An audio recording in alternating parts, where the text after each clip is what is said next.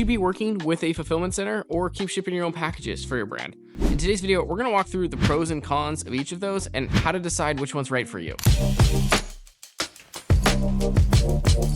So first off, let's walk through where the 3PL fits into this whole picture in the first place. So most brands start printing their own labels on Shopify or ShipStation or something like that, and shipping their own packages, dropping them off at the post office.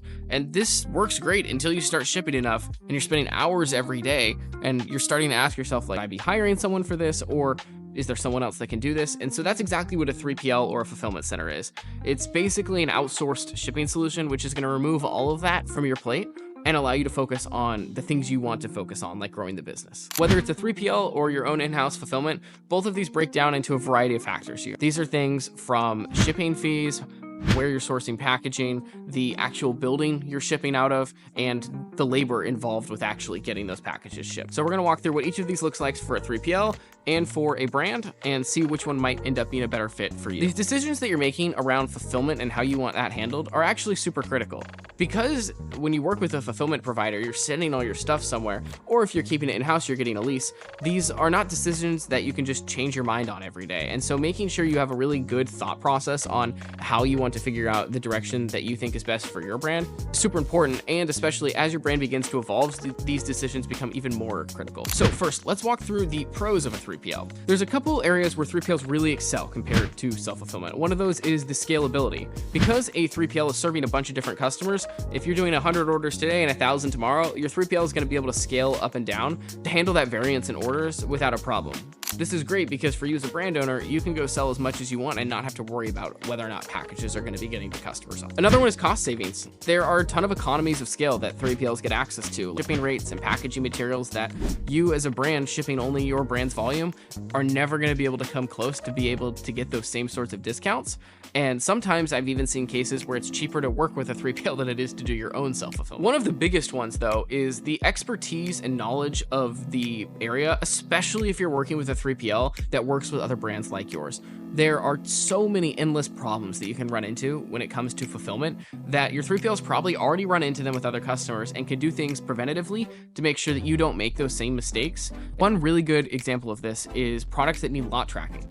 So if you start selling products that need lot tracking and you work with a 3PL that's done this before, they're going to have processes in place for how lots get into the system, how they're tracked. They'll have reporting for all of this, versus if you're starting from scratch, you're going to have to get software to do this. You're going to have to figure out what the lot tracking even means, how you're keeping track of that. And so it's just something that with a 3PL, they're going to take off your plate. You don't have to think about it and use properly. And that's part of what you get with working with a 3PL is all of that expertise. And the fact that if there's something that comes up, they likely have experience solving a similar problem, and it's going to get resolved a lot faster versus you trying to start from square one and figure it out. And related to that, really one of the other major things is just reducing the complexity of things.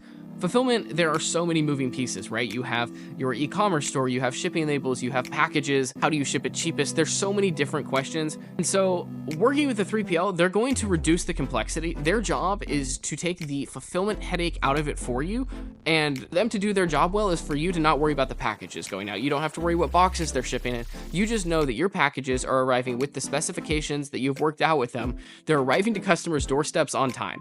Not having to think about that every day and worry about it is such a relief to get out of your head so you can focus on other more important things to the business. Now, some of the cons of working with a 3PL. So you lose a little bit of control over your brand. If you're doing self-fulfillment, right, you're going to have a lot more control over what's going in any packages. Are you sending notes to specific customers, things like that, versus a 3PL is going to require a lot more structure because they work with more customers. So to get some of those advantages, you also have some disadvantages. And part of that is that their process has to be standardized in order for it to be accurate for all of their customers. And so you lose a little bit control over some of the one-off things you might be wanting to do for customers, which in my experience, I've seen a lot of brands transition from brand to 3PL. And that said, there's still ways to combat this. So we have a customer actually that wants to send a gift to any customer's first purchase. There's still ways to do that. It just requires more thought and process in working with your 3PL to do that versus just being able to do it on the fly. Another downside to working with a 3PL is a lot of times you end up running into unexpected costs. So you would have these costs anyways if you're running your own self-fulfillment, but because of the way you work with the 3PL, sometimes they might be a surprise. So Sometimes 3PLs will charge for the receiving fees or if they have to rebox something. Whereas if you're in your warehouse and you're shipping something, you're just going to do it, not thinking about it. In reality, you're spending time doing that and there is a cost associated with that. It's just not coming out of your pocket. And so a lot of the times brands will be surprised by some of the fees. And so it's really important when working with a 3PL and choosing a 3PL to understand what those fees will look like, to make sure that you feel good about what you're paying and have a good understanding. But definitely is a downside to be aware of, is that anything that 3PL is doing, they're likely going to be charging you for, because it is money out of their pocket to their employees. Another con that you might want to be aware of when working with a 3PL would be when you start working and choose to work with a 3PL, you have to understand that your brand image is now tied to their performance a little bit. If packages are going out late, that looks bad on you as the brand. The customer doesn't know that it's a 3PL. They just know they didn't get their package. And so making sure you partner with the right 3PL is super important so that you can maintain the same brand quality and image that you had prior to working with them and building a good brand image going forward. There are tons of 3PLs that honestly can help improve that, right? They may improve your delivery speeds. They might be able to help you offer cooler packaging at a cheaper price. So it goes both ways, but it's just something to be aware of. That was some of the pros and cons of working with a 3PL. So now let's talk about self-fulfillment and what that might look like. Well, first off, now as a brand starting out, this is actually amazing. You have full control over your inventory, your packaging, your shipping, everything from start to finish. And it gives you a really good understanding of how the process works. So if you did one day want to transition out or continue to grow your fulfillment process, baseline understanding that you need to have in order to do any of those things. Another giant pro is just the response time, right? So if the customer emails you, you are actually able to ship something 10 minutes later, whereas with a 3PL, it's possible, but it's not as likely that the speed would be that quick just by the time it gets into the system and everything. Whereas a brand owner and you're shipping your own packages, you're going to get that email, you're going to go solve it, and it's going to be out the door the same day. Customer's going to be thrilled. They've talked to the brand owner. It's a win-win. So that's kind of one of the major pros for me. And that's coming from, we've run our own brands and done our own self-fulfillment before we transitioned into also running a 3PL for other people's stuff. And so for us as a 3PL, we always try to be able to offer that still, because we understand how important that is coming from the brand side. But working with a 3PL in general, it's just something that is not as achievable as it is if you're in your garage shipping stuff yourself. Another huge pro is a customization. So you can do anything you want. You could write customers' names on packages. You could do handwritten notes on packing notes, right? You could throw fun little extras into packages based off what they order. These things are like achievable with a 3PL, just much more difficult because you have to have such process developed around them in order to do them, versus if you're just shipping 10, 15 orders a day, throwing them in boxes, you're going to be able to see each one, know who they're going to, recognize customers' names if they come through again, throw them a little note. Things like that are just more personal because there is not as many going out and you're able to be there every day and it's in your head. Those are the sorts of things that are awesome for self-fulfillment. Another huge one is just having total control over costs. One of our cons for a 3PL was kind of not understanding where all the costs are coming into play. Well, if you're doing self-fulfillment, your cost is actually just your time. And so you're not in your head thinking about, oh, I had to rebox these things, that was $10, right? You're just doing it and moving on with your day. Whereas with a 3PL, you're gonna get charged for those things. But if you're just doing this yourself, it's cash that you might be saving in your pocket, but it is time that is being spent on. So now we're going to talk about some of the cons of doing self-fulfillment. With self-fulfillment, there's definitely a bit more upfront cost that you're going to have to encounter. So there's a couple pieces there. In my head, there's really the software, the actual warehouse or where you're going to be doing this, and then there's the labor. So we're going to walk through each of those. The software, so you're going to need some sort of shipping software, right? Sometimes you can do it in Shopify if you're not shipping enough. If you're shipping a little bit more where you need a little more process, you could use anything from like ShipStation or Warehouse, which has even more like complex features for shipping for brands. But you're going to need to invest into one of these and learn that software and how to print labels and how to keep inventory and all of this. And there's just a little bit more upfront time and cost to doing that. Again, if you're doing this long term, that it's not going to matter to you because it's going to be something you want to have control of going forward. So you're going to have to do it, but it's just something to be aware of. In terms of warehouses and leasings, right? So you can ship out of your garage for as long as you can, and eventually you're going to outgrow that, and you're going to have to move into some sort of small commercial park, or maybe it's a big commercial park. Who knows? Maybe you're growing like crazy. But warehouse leases are at least 3 years, especially even in small commercial parks. Sometimes you can get a year to year if you're lucky and scrappy, but it's not super common. And then they come with all their own complexities. You have to sign a new lease and deal with triple nets and all of this stuff. We've seen a lot of brands that have moved from self-fulfillment actually to working working with us as the 3PL have to figure out how to sublease their place. And then the third I mentioned was labor. So if you're doing this yourself and you're shipping and you have enough time to ship your orders every day, fantastic. The problem starts to become when you get above like 20, 30, 40, 50 orders a day, you could spend a couple hours doing those versus your other option is, okay, great, I'll go hire someone. And like we talked about the scalability of the fluctuation in order volume, right? If you're selling 30 orders a day, great, someone can manage that, not a problem. Couple hours, they'll get all the orders out, get them to the post office, whatever it is, it'll be done. Your problem starts to come in with you do a Black Friday sale, right? And now you've sold 1,000 orders, incredible. But that person's now going to take 4, 5, 6 days to get that backlog out. You're going to create more customer service tickets, and there's just a lot of complexity that gets added to that, because the longer the shipping time, the more angry customers you have, the more backlog the other orders are getting. And so it's just kind of a downhill spiral until you're able to catch up. And it's a great problem to have, but it's just something you have to be aware of, that you are going to have to deal with the fluctuations in labor. And the other side to that is, let's say you don't have any orders come in that day. That person is probably still coming in. Now they have nothing to do and you're paying them to not do anything. So it goes both ways. The other piece is you also have to now like manage that person if you're not doing the shipping, and when they're going to work, and do they have access, all those sorts of things. It's just a lot of overhead. Again, if you're going to grow the brand and continue to do self-fulfillment, it's the right path to take, and you're going to just kind of grow through those growing pains.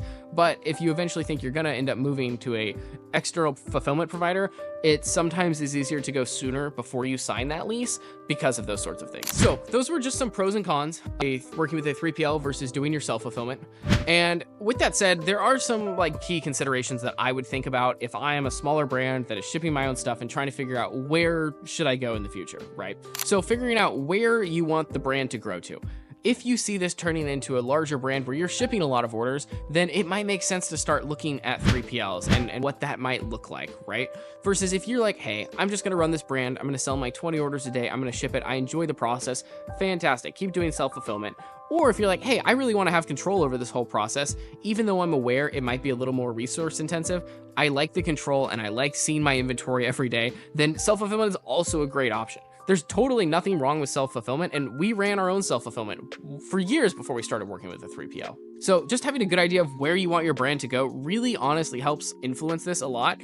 Another thing to look at is like, if you're super seasonal brand, sometimes 3PLs can be fantastic for that, because doing self-fulfillment for seasonality is really difficult, hiring temp labor and all of this to make sure your orders are getting out. So I've seen scenarios where that has played out really well for brands transitioning to 3PLs. I think it's important to think about what you want out of the brand and what you want your role to look like within that. So if you see this turning into a huge brand and you anticipate doing tons and tons of orders and growing it huge, but you don't want to deal with this logistical nightmare every day, I would probably recommend starting to look at 3PLs versus if you're like, hey, I love this brand, it's great, it's like, I really love working on this, we're doing our 20 orders a day, I enjoy the process of shipping them, great, keep shipping your orders. Or there's the other scenario where you're like, okay, I love this brand, I see it growing huge, but I want to maintain the control over that and go through those growing pains. That is a totally valid option as well, right? It just means in that scenario, you're going to be more involved and you're going to be a lot more hands-on when it comes to the fulfillment, or you're going to have to hire someone to do that.